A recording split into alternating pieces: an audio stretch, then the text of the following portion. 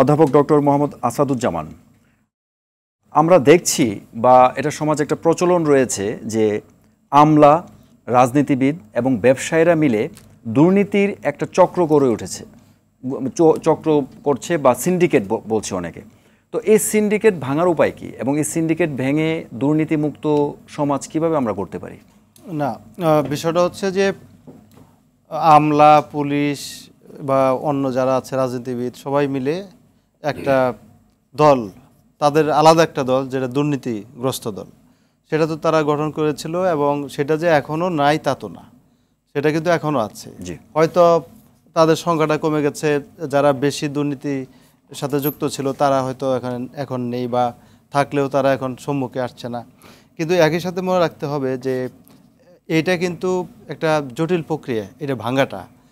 যদি আপনি একটা সমাজে মূল্যবোধ আদর্শ প্রতিষ্ঠিত না করতে পারেন, যদি আইনের শাসন না থাকে, যদি সেখানে কোনো ধরনের মানে সামাজিক প্রথা, বিশ্বাস, দীর্ঘদিনের যে ঐতিহ্য সব যদি ভেঙে আপনি নতুন করে গড়তে পারেন, তাহলে এই দুর্নীতি দমন হবে। আরেকটি বিষয় হলো যে আমরা এমন একটা পর্যায়ে চলে যাচ্ছি, দুর্নীতির শীর্ষে তো অবস্থান আমাদের আছে, এই অবস্থান থেকে দূর করা, মানে অবস্থান থেকে একটা সামাজিক বা মূল্যবোধের জায়গাটা যদি সমুন্নত রাখতে হয়, তাহলে আমাদের অনেকগুলো ক্ষেত্র আছে, যে ক্ষেত্রগুলো বা প্রাতিষ্ঠানিক যে জিনিসগুলো আছে সেটি সংস্কার করতে হবে আগে। যে কারণে কিন্তু সংস্কার নিয়ে বেশি কথা হচ্ছে গত কয়েক মাস যাবৎ। সংস্কার বলতে আমরা কি বুঝি? আপনি যে প্রশ্নটা করলেন সেইখানে তো সংস্কারের প্রশ্নটা কি আগে যেরকমভাবে চলছে এই বিষয়টা বা আমাদের সমাজটা সেরকম আর চলবে না, অফিসটা সেরকম চলবে না। আমরা আমলাতন্ত্রের কথা বলি যে বেড়াজালে আছি আমরা, সেটা সেরকম আমলাতন্ত্র থাকবে না।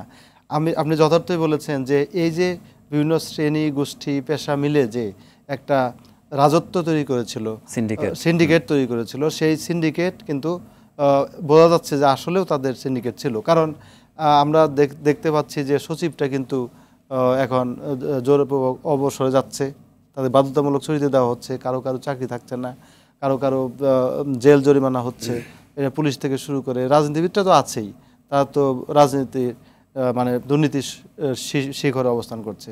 এর সাথে যাদের আসলে সংশ্লিষ্ট থাকার কথা না, তারাও এর সাথে যুক্ত হয়ে গেছিল এবং তাদেরও কিন্তু বিচার হচ্ছে। আমি মনে করি যে আমাদের এই দুর্নীতি দূর করবার জন্য অন্য যে বিষয়গুলো, যেমন আমি যদি শিক্ষা প্রতিষ্ঠানের কথা বলি, আমি যদি সামাজিক যে ভূমিকা সেটা যদি বলি, পারিবারিক যে শিক্ষা সেটার কথা বলি, তো পারিবারিক শিক্ষা যদি আমার সঠিক থাকে, আমার যদি স্কুলে বা বিদ্যায়তনে আমি যদি ঠিকমতো পড়ালেখা করি, আমি যদি আসলেও যে স্বশিক্ষিত বা যেটা বলে যেটা সুশিক্ষিত যেটা, সেই শিক্ষা যদি আমি গ্রহণ করি, তাহলে তো আমার মধ্যে দুর্নীতিটা মনে ধারণ করার কথা নয়। এখন প্রাতিষ্ঠানিক জিনিসগুলো হয়তো অন্যভাবে কথা বললেন, হবে। আমি একটু ইন্টারাপ্ট করি। আপনি ঢাকা ইউনিভার্সিটিতে অধ্যাপনা করছেন বা এখনো জড়িত আছেন, তো আমরা কি সেই নৈতিকতার শিক্ষা বা যে মানবিকতা যেটা বলি, যেটাতে দুর্নীতি মুক্ত রাখবে আমাকে নিজেকে, সেই শিক্ষাটা কি আমরা পাচ্ছি আমাদের ছাত্র বা আমাদের বাচ্চারা? না, এটা পাচ্ছি না বলেই তো আমাদের দুর্নীতি বাড়ছে। কারণটা হলো যে আমি একজন শিক্ষক হিসেবে আমি সর্বোচ্চ ফলাফল করে তারপর আমি বিশ্ববিদ্যালয়ের শিক্ষক হব বা কলেজের শিক্ষক বা অন্য জায়গায় যেভাবে হোক না কেন, কিন্তু আমার যদি আমরা এটাও দেখেছি যে ইউনিভার্সিটিতে যারা ফার্স্ট হচ্ছে সেই জায়গায় দুর্নীতি হচ্ছে। আমি সেই কথায় আসছি, সেই জায়গাটাতে কি আমরা সঠিক কাজ করতে পারছি? আমি সেই কথায় আসছি যে আমি যদি আমার অবস্থান থেকে আমি দুটোই ফার্স্ট হয়েছি বা আমার রেজাল্ট ভালো, আমি আসলে ওই বিদ্যায়তনে বা উচ্চশিক্ষায় ওখানে ওই পজিশনে যাওয়ার মতো আমার যোগ্যতা আছে, তাহলে আমার তো দুর্নীতি করার দরকার নেই।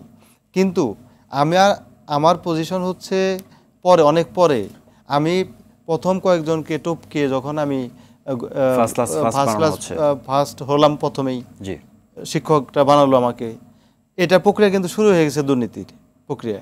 এবং অথবা আমি টাকা পয়সা দিয়ে, ঘুষ দিয়ে যদি আমি শিক্ষক হই বা আমি অন্য কোনো পেশায় যাই, তাহলে সেটা তো দুর্নীতি। এখন পেশাতে তো যাচ্ছেন, কিন্তু এই যে রাজ্জাকি ভাই বলছিলেন যে মেডিকেল বা প্রাইভেট ইউনিভার্সিটিতে পড়ার সময় একটা হিউজ পরিমাণ 20 লাখ 25 লাখ টাকা ডোনেশন দিতে হচ্ছে।